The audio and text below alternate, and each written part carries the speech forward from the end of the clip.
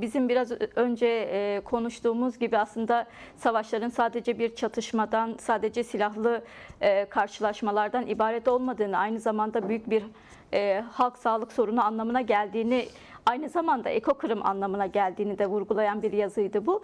Biraz bunu bize açabilir misiniz, açıklayabilir misiniz? Nasıl etkileri oluyor? Evet.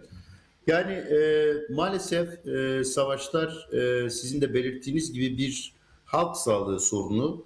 Yani halk sağlığı sorunu dediğimizde çok fazla sık görülen ve ciddi sadece hastalık açısından değil aynı zamanda sosyal, toplumsal, ekonomik problemlere de yol açabilen rahatsızlıklardan bahsedebiliriz. Bu savaş dediğimizde aklımıza ciddi düzeyde fiziksel ve ruhsal travmalar gelmekte. Bunları savaşlarda çok yüksek oranlarda görebiliyoruz. Ekokırım boyutuna baktığımızda ise yani özellikle yani Birinci Dünya Savaşı'ndan başlayarak İkinci Dünya Savaşı ve sonrasında devam eden savaşlar, Körfez Savaşları ve son dönemde gördüğümüz çatışmalar ve savaşlardan dolayı maalesef çevresel bir yıkım da gelişmekte. Yani kimyasal silahların, kimyasal atıkların yol açtığı çevresel tahribatlar, canlılar üzerinde, bitkiler ve hayvanlar üzerinde yarattığı tahribatlar, gıda ve su, hava üzerinde yarattığı kirlilik ve tahribatlar maalesef etkileri uzun yıllar boyunca devam etmekte ve insan sağlığını çok olumsuz biçimde etkilemektedir. Yani habitatları ortadan kaldırmakta, kuşların, göçmenlerin, toprağın içerisindeki mikroorganizmaların birçok türün yok olmasına neden olmakta. Bunların göç yollarının değişmesi, yaşam alanlarının değişmesi bir şekilde doğanın dengesini bozabilmektedir. Ve toprakta biriken, havada biriken işte örneklerini İkinci Dünya Savaşı'ndaki Hiroşima ve Nagasaki'de görüyoruz. İnsan vücudunda genetik olarak depolanan bu atıklar ciddi tahribatlara, kanserlere ve hastalıklara, bazı türlerin yok olmasına neden olabilmektedir. Ee, Değerli Günderci, aynı zamanda ek olarak bu savaşın etkilerini konuşurken siz de biraz önce bahsettiğiniz aslında insan topluluklarının toplu göç etmesine neden oluyor, rutinlerinin bozulmasına neden oluyor. Bunun sonuçlarını da psikokırım olarak da tanımlıyorsunuz. Biraz bu yönlü hani tanımlamayı nasıl yaptınız, neden böyle bir tanımlamaya ihtiyaç duydunuz? Belki bu kısımları da biraz açabiliriz. Evet. Yani şöyle söyleyebiliriz. Savaş tabii ki savaş ortamı, meydana geldiğinde insanlar kitlesel olarak büyük bir nüfuslar göç etmek zorunda kalıyor.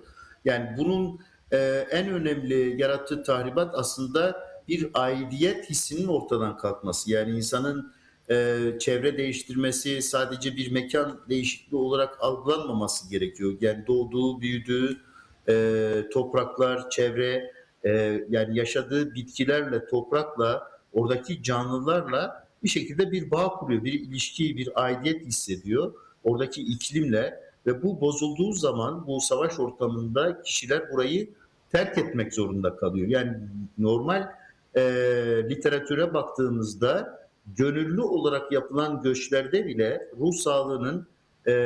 ruh sağlığı bozukluklarının riskinin arttığını görüyoruz. Yani şizofreniden, psikotik bozukluklardan tutalım, depresyon, anksiyete bozuklukları, travma sonrası stres bozuklukları, uyum bozuklukları gibi teşhisler, tanılar göç sonrasında yüksek oranda normal topluma göre, popülasyona göre daha yüksek oranda görülebilmektedir.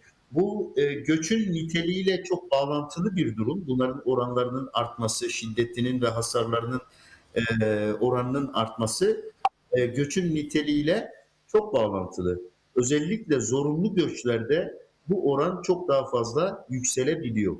E, Ve gidilen yerde yani oradaki toplumun tavrı, tutumu ve ülkenin tavrı, tutumu da göçmenler üzerinde bu ruhsal problemleri belirleyici etkenlerden biri.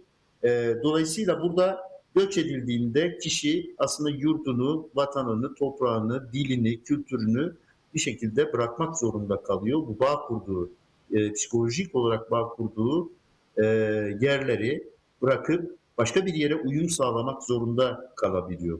Burada adaptasyon gerçekleşmediği zaman ya da zorlaştığı zaman uyum bozukluğu dediğimiz depresyon, anksiyete ve işte travma sonrası stres bozukluğu dediğimiz sıkıntılar, rahatsızlıklar yüksek oran göçmenlerde görülebilmektedir. Savaş sonrası göçlerde bu oran biraz daha yükselebilmektedir.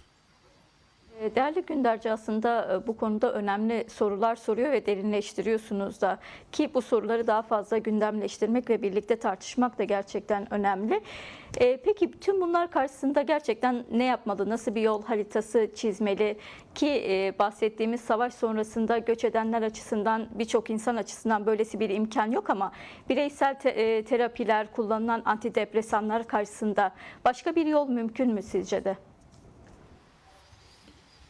Yani tabii bu kadar yoğun, bu kadar kitlesel, çok fazla kalabalık ve şiddetli etkiler sonrasında, yani savaş açısından konuştuğumuzda bunların sadece bireysel terapilerle, grup terapileriyle çözülmesi, bu yaraların bu şekilde müdahalelerle düzelmesi gerçekten çok çok yetersiz kalır. Yani burada ciddi düzeyde koruyucu, önleyici faaliyetlerin devreye sokulması, hayata geçirilmesi çok önemli. Yani bütün tıpta diğer rahatsızlıklarda da olduğu gibi psikiyatrik rahatsızlıklarda da en önemli müdahale koruyucu, önleyici faaliyetlerdir. Yani hastalığın oluşmasını engelleyen müdahalelerdir.